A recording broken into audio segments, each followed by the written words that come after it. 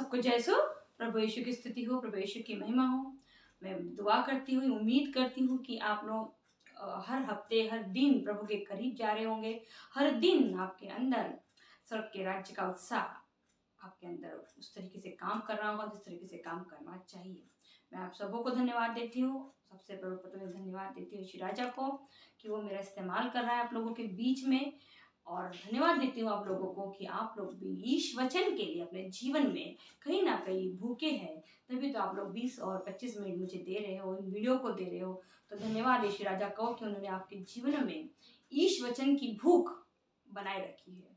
ये वचन ही आपको स्वर्ग राज्य के निकट लेके जाएंगे। ईश्वर राज्य का वचन कहता है कि क्या आपके अंदर स्वर्ग राज्य का उत्साह बना हुआ है? अगर है तो उसके लिए आप क्या कर रहे हैं। तो धन्यवाद आप लोगों को। और बहुतायत में इन वीडियो को शेयर कीजिए और बहुतायत में इन वीडियो को सब्सक्राइब कीजिए ताकि वचन फैले, मल्टीप्लाई हो, 100 गुना फल लेकर आए। दोस्तों, मैं फिर कहती हूँ कि एक से बढ़कर एक प्रचारक आज ऑनलाइन है और उनके माध्यम से हम बहुत कुछ वचन से हमको सीखने की ज़रूरत है। मैं सिर्फ कोशिश कर रही हूँ कि जो मैंने अपने जीवन में वचन को लेके महसूस किया है वही अनुभव मैं आपको इन वीडियो के द्वारा बताने की कोशिश कर रही हूँ। स्वर्ग का उत्साह हमारे अंदर किस तरीके से होना चाहिए, ये हमारे जीवन का मेन मकसद होना चाहिए। क्योंकि हम सब जन बात तो करते हैं स्वर्ग की, पिता की, पुत्र की, लेकिन उसे हम सिर्फ डायलॉग बाजी में बोलते हैं। हकीकत में उसका महत्व हम नहीं जानते। क्योंकि अगर दोस्तों हम स्वर्ग के बारे में बात करते हैं तो डेफिनेटली नरक भी है।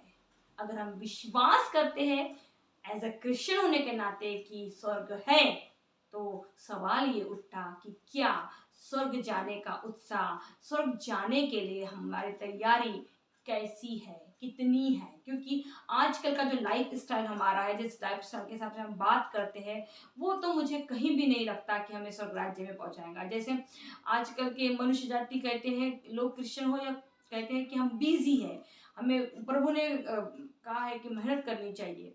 बिल्कुल सही बात है। वचन में हमें सिखाया है कि मेहनत करो ताकि हम किसी पे बोझ ना बने। प्रेरितों ने भी इस बात का कंफर्मेशन दिया है हमें कि हमें क्या करना है, मेहनत। लेकिन इसका मतलब बिल्कुल नहीं कि प्रभु ने ये कहा कि आप अपनी मेहनत में इस संसार के बाकी चीज़ों को अवॉइड कर दो या आप प्रभु को सर्वप्रथम स्थान देना भूल जाओ। कभी नहीं। क्योंकि इस संसार में आप कितना भी मेहनत करें, आप सिर्फ और सिर्फ अपनी ज़रूरतों के लिए भाग रहे। आप लखपति बन जाए, करोड़पति बन जाए, भूख लगेंगी तो खाना ही खाएंगे। हीरे जवाहरात मोती आप नहीं खा सकते। तो हमारे बेसिक नीड क्या है? रोटी, कपड़ा और मकान। और ये प्रभु कहता है इसके लिए हमें मेहनत करनी चाहिए और हम करते भी है। लेकिन इसको हम अपने ज़िंदगी की प्रायोरिटी है, सबसे पहला स्थान इसको अगर हम दे देंगे तो हम अपनी ज़रूरतों पे अगर 24 घंटे ध्यान देंगे तो हम प्रभु पे अपना मन कब लगाएंगे? पहला कंसेप्ट। दूसरा, आज हम अपने बच्चों के लिए कहते हैं कि हमारे बच्चे बहुत हाइपर है। तो ये शब्द कहने से क्या हमारे बच्चे स्वर्ग राज्य में प्रवेश करेंगे? आप पता लगाइए। आज हम कहते हैं कि हमारे बच्चों को मोबाइल की सारी जानकारी है, सारे ऐप खेलता है, गेम तो ऐसा खेलता है, वो वैसा, इतनी हम तारीफें करते हैं। क्या इस जानकारी से आपके बच्चे स्वर्ग राज्य में जाएंगे? ये आप डिसाइड कीजिए। या फिर हम कहते हैं हमारे बच्चे बहुत ही खूबसूरत, क्या पर्सनालिटी है, हीरो हीरोइन के समान दिखते हैं। क्या इस तरीके की बातों से हमारे बच्चे स्वर्ग राज्य में प्रवेश करेंगे? इसका पता भी आप लगाइए। क्योंकि इस संसार का कोई भी आकर्षण आपके बच्चों को या मेरे बच्चों को या हमको स्वर्ग राज्य में प्रवेश नहीं दिलाएगा। कि इन सवालों का, इन सबसे इश्यू का कोई कंसल्ट नहीं है कि आपके बच्चे कितने खूबसूरत हैं, आपके बच्चे कितने हाइपर है, आपके बच्चे कितने मोबाइल के मामले में आकर्षित है, ज्ञानी है। ये सबसे प्रभु आपका कहीं भी आकर्षण का केंद्र नहीं बनता। अगर आप सचमुच क्रिस्तीय हैं तो आपको अपनी तुलना कमल के फूल के समान करनी पड़ेगी। कमल के फूल, आपने देखा कमल का फूल दलदल में होता है।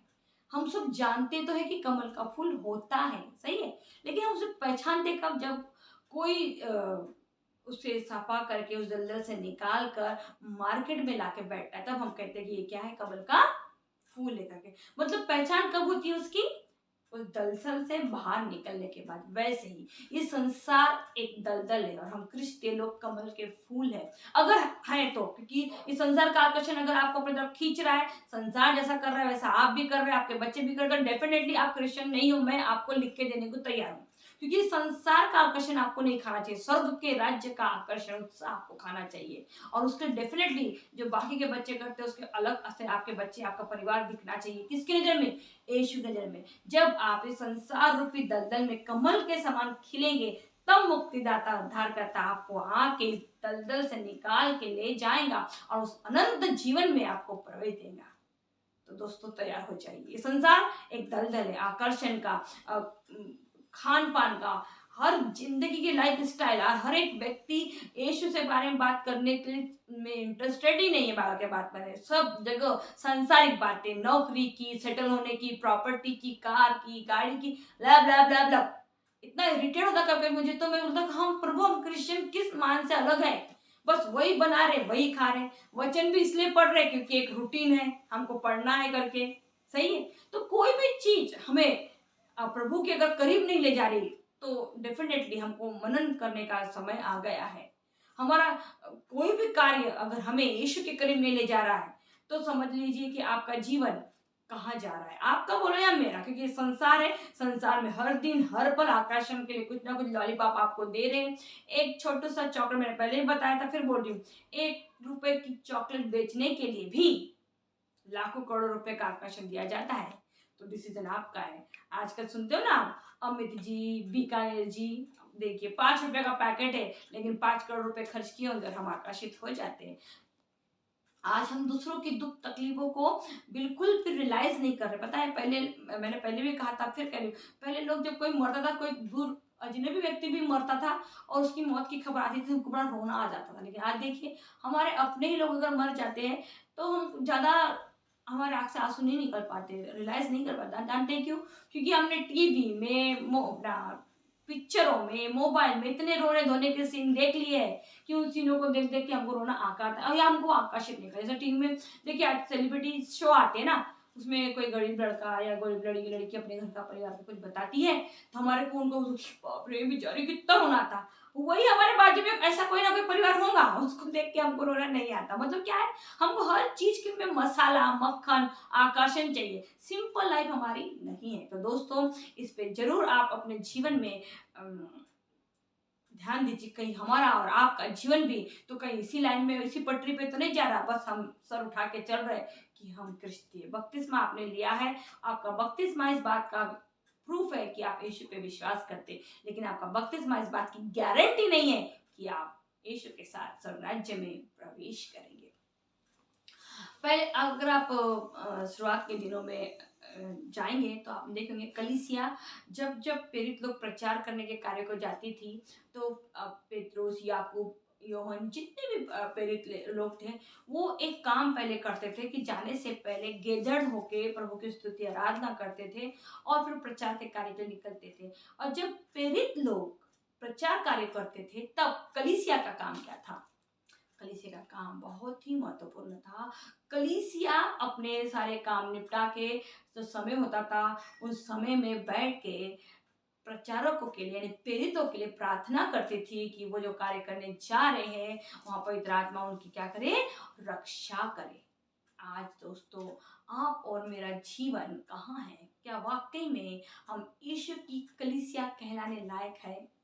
क्या आज हम वाकई में सुबह से लेकर शाम तक 24 घंटे हम में से किसी एक भी मिनट या एक भी अ, घंटा, 1 घंटा तो बहुत बड़ी बात बोल रही हूँ मैं, क्या 10 या 5 मिनट भी हम एज अ कलीसिया या अपना सब परिवार मिलके ऐसे प्रचारकों के लिए प्रार्थना करता है कि जो इस वक्त दुनिया के कोने कोने में ईश्वर के सुसमाचार का, यीशु के सुसमाचार का प्रचार कर रहे हैं और प्रचार करते हुए लोगों की प्रताड़ना झेल रहे हैं?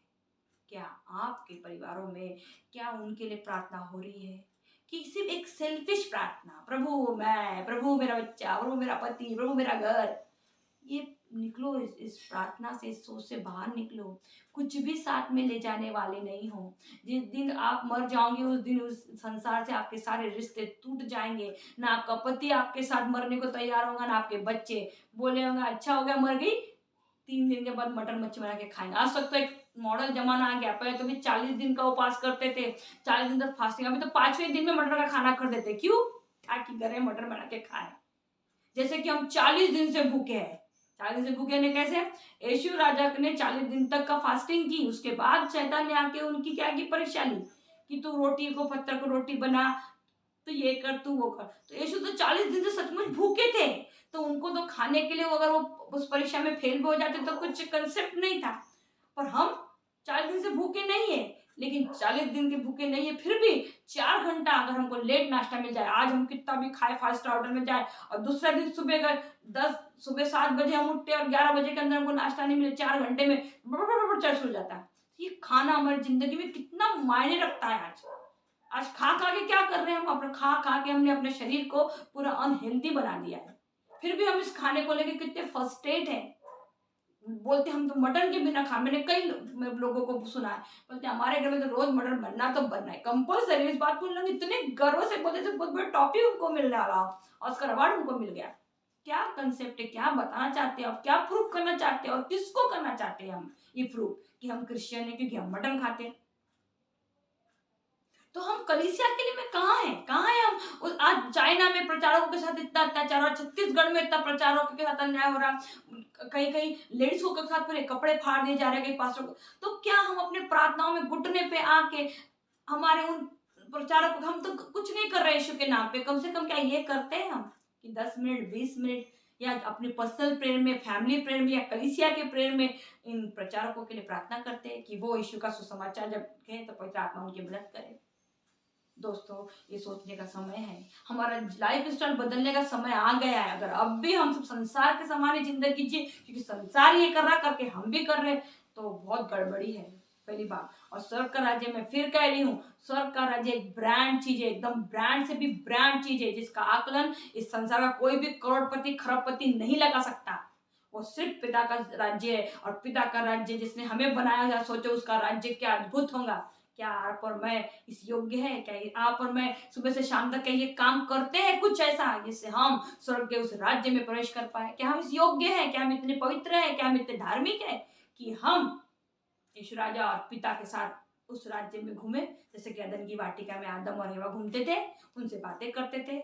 दोस्तों, बहुत ही अद्भुत है हमारा पिता, वो दयालु है। हमारे अब समय गया कि हम अपनी गलतियों के बारे में सोचे कि हम ऐसा क्या करें कि स्वर्ग का राज्य का वो उत्साह हमारे अंदर आए। हर दिन हर समय हमें उसके बारे में मनन चिंतन करना रहेगा। कम से कम पूरा परिवार मिलके एक तो भी समय इसके बारे में प्रार्थना कीजिए। और फिर कहती हूँ, आज का मेरा विशेष टॉपिक है कि कलीसिया जिस तरीके से पुराने जमाने में अपना प्रेरितों के समय में प्रेरितों के लिए प्रचार के कार्य में सहभागी होती थी, उनके लिए प्रार्थना करती थी, वही समय फिर से आना जरूरी है। हमें भी अपने घरों में एक सेल्फिश प्रार्थना नहीं करते हुए कलीसिया के लिए कलीसिया ने मिलके प्रेरितों के लिए जो प्रचार कर रहे हैं उनके लिए प्रार्थना करना है।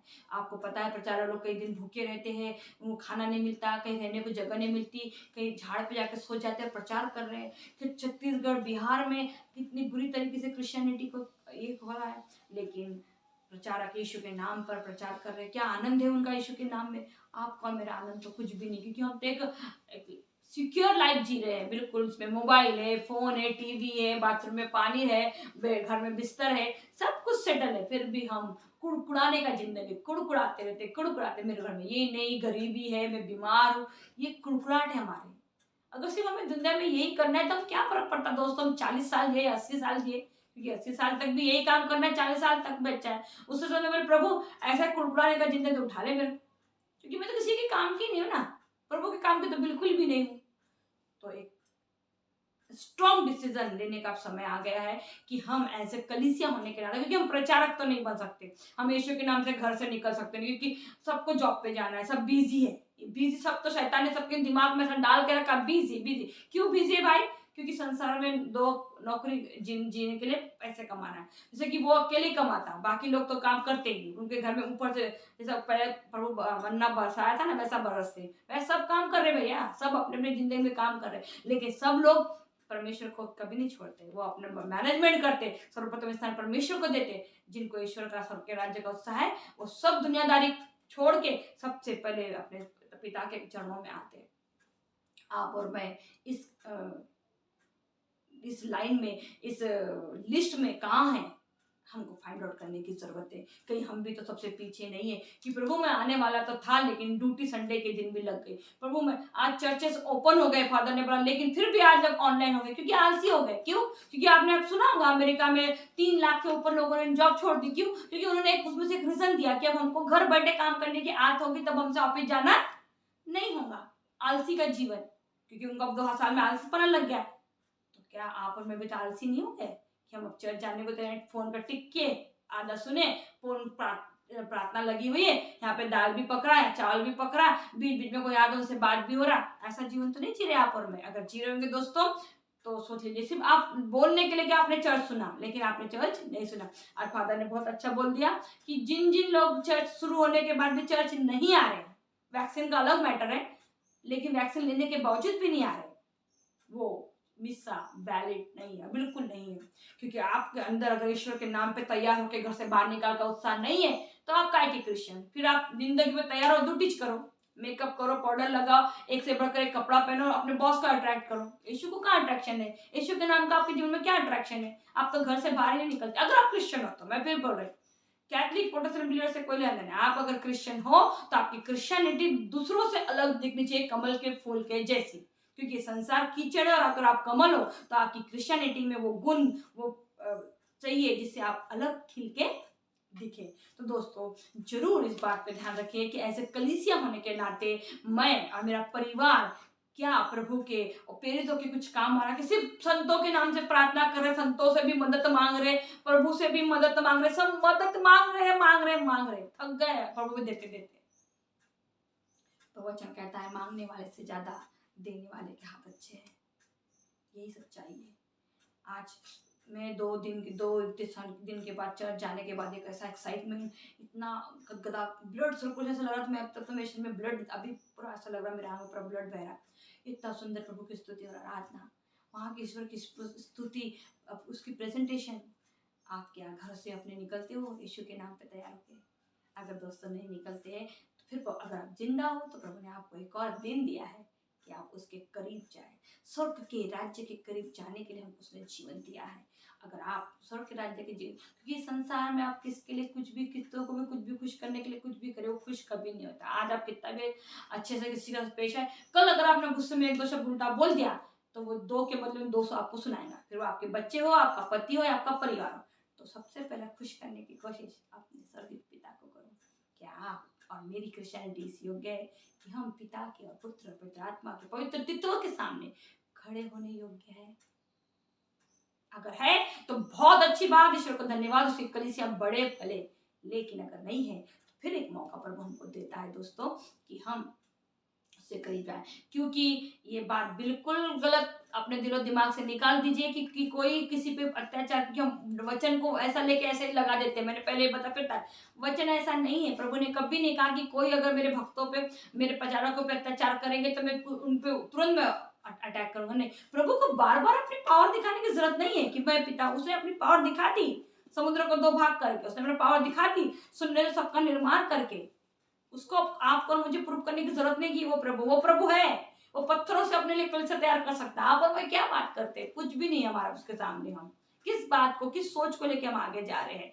कॉन्सेप्ट ये नहीं है कि आप कुछ गलत काम, किसी ने ईश्वर के प्रचारों के साथ गलत काम किया तो उसके देश पे नहीं, प्रभु अब थोड़ा थोड़ा टुकड़े टुकड़े में कुछ काम नहीं करेगा। उसने प्रकाशित वाक्य आपको दे दिया है, अब जो भी करेगा वो अपने पुत्र के आने के पहले करेगा। उसे जो भी करना है उस समय में करेगा, और टुकड़े टुकड़े में कुछ नहीं करने वाला।